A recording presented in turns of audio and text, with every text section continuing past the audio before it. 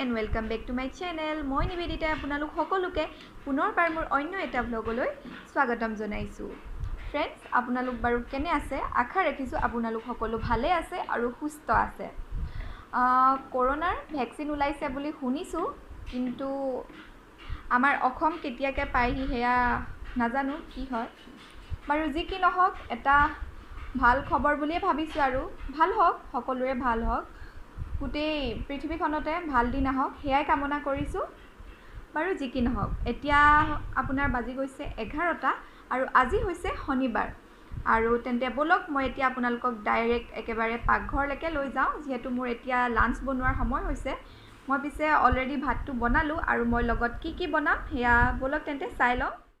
আজি মই বনাম নৰ্মেল ড্ৰাই চিকেনৰ এটা ৰেচিপি। ইয়াৰ কাৰণে মই লৈছোঁ 3টা ডাঙৰ সাইজৰ পিঁয়াজ আৰু ইয়াত মই লৈছোঁ 2টা বিলাহী আৰু এয়া আদা নহৰু পেষ্ট আৰু ইয়াত আছে প্ৰায় 4-5টা আলু। আৰু এয়া হৈছে আমাৰ চিকেনখিনি, ইয়াত আধা কেজিতকৈ বেছিকৈ আছে। জোখত মই ইফালে কেৰাহীত তেল অলপ দি ল'লোঁ আৰু মই ইয়াত লৈছোঁ আধাখিনি পিঁয়াজ আৰু বাকীখিনি পিঁয়াজ মই ৰাখি দিম পিছত এড কৰিবলৈ। এতিয়া মই পিঁয়াজখিনি গৰম তেলত দি প্ৰায় 2-3 মিনিটমান সময় ৰঙচুৱা হোৱালৈকে ভাজি ল'ম। পিঁয়াজটো ফ্ৰাই হৈ গৈছে, মই এতিয়া ইয়াত মই কটা আলুখিনি দি ল'ম।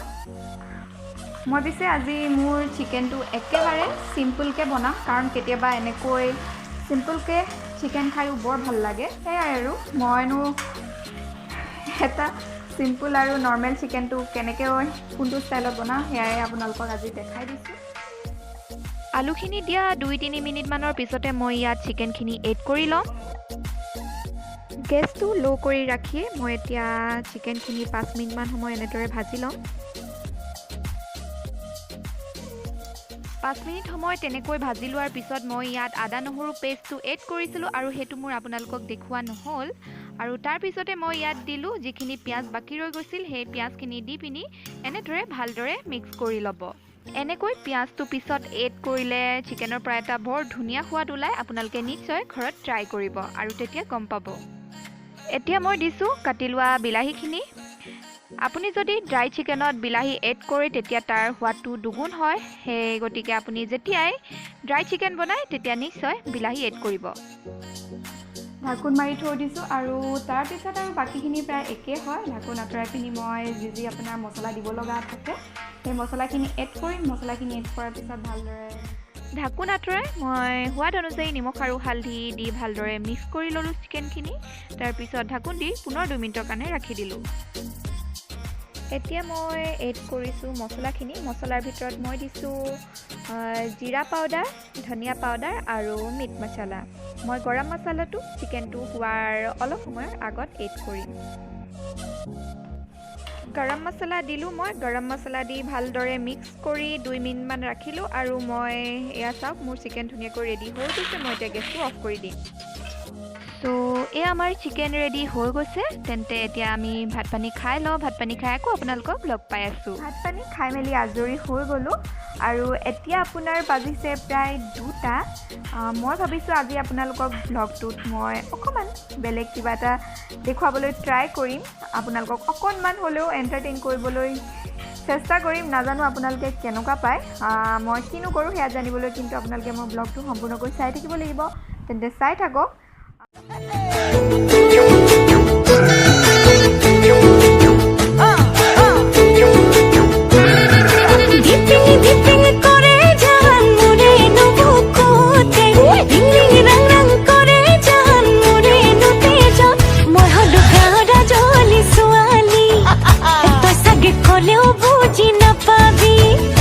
মই হলো গাঁৱৰ ৰাজলি ছোৱালী, এটা চাগে ক'লেও বুজি নাপাবি।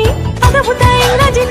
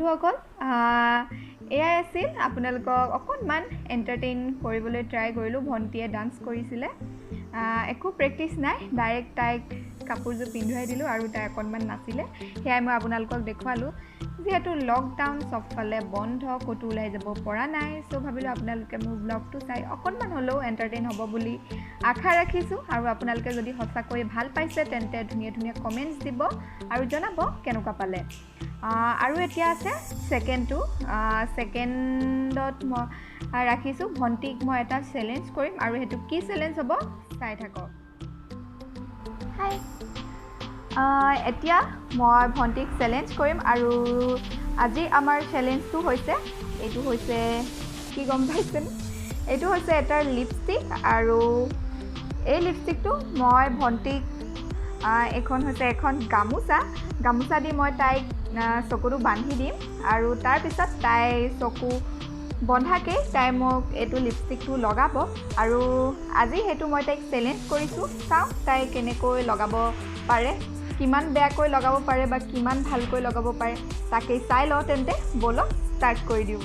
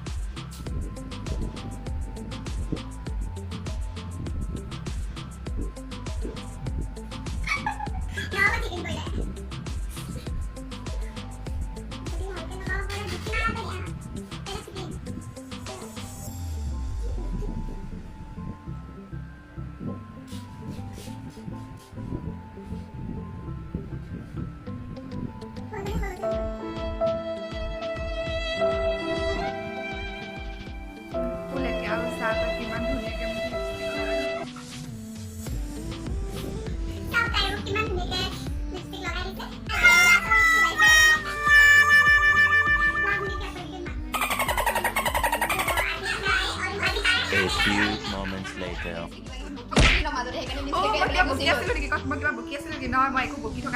তাই নিজে আপোনালোকে দেখিছে লিপষ্টিকটো লগাই থাকোঁতে তাই নাকত লগাইছে তাই এইফালে কিনাৰ ফালে লগাই দিছে হয় দেখোন মই সঁচাকৈ কৈছোঁ নে তাই সঁচাকৈ কৈছে আপোনালোকে ক'বচোন কমেণ্টত জনাই দিব আৰু আজি কোন জিকিলে গম পালে চ' ফ্ৰেণ্ডছ চাওকচোন মোক কিমান যে ধুনীয়া লাগিছে নহয় জানো বাৰু যি কি নহওক আজি তেন্তে মোৰ ব্লগটো ইমানতে সামৰণি মাৰিছোঁ আৰু আজি যদি আমাৰ ভিডিঅ'টো চাই ভাল পালে তেন্তে যদি আপোনালোকে আমাৰ ভিডিঅ'টো চাই ভাল পালে তেন্তে লাইক কৰিব শ্বেয়াৰ কৰিব আৰু যদি মোৰ চেনেলটো এতিয়ালৈকে ছাবস্ক্ৰাইব নাই কৰা তেন্তে জলদি প্লিজ ছাবস্ক্ৰাইব কৰি দিয়ক আৰু কাষতে থকা বেল আইকনটো প্ৰেছ কৰি অল কৰি দিয়ক যাতে মই ভৱিষ্যতে দিয়া ভিডিঅ'বিলাকৰ ন'টিফিকেশ্যন পোনপ্ৰথমে আপোনালোকলৈ যায় আজিলৈ তেন্তে আহিছোঁ সুস্থ থাকক আৰু সুস্থ খাওক বাই বাই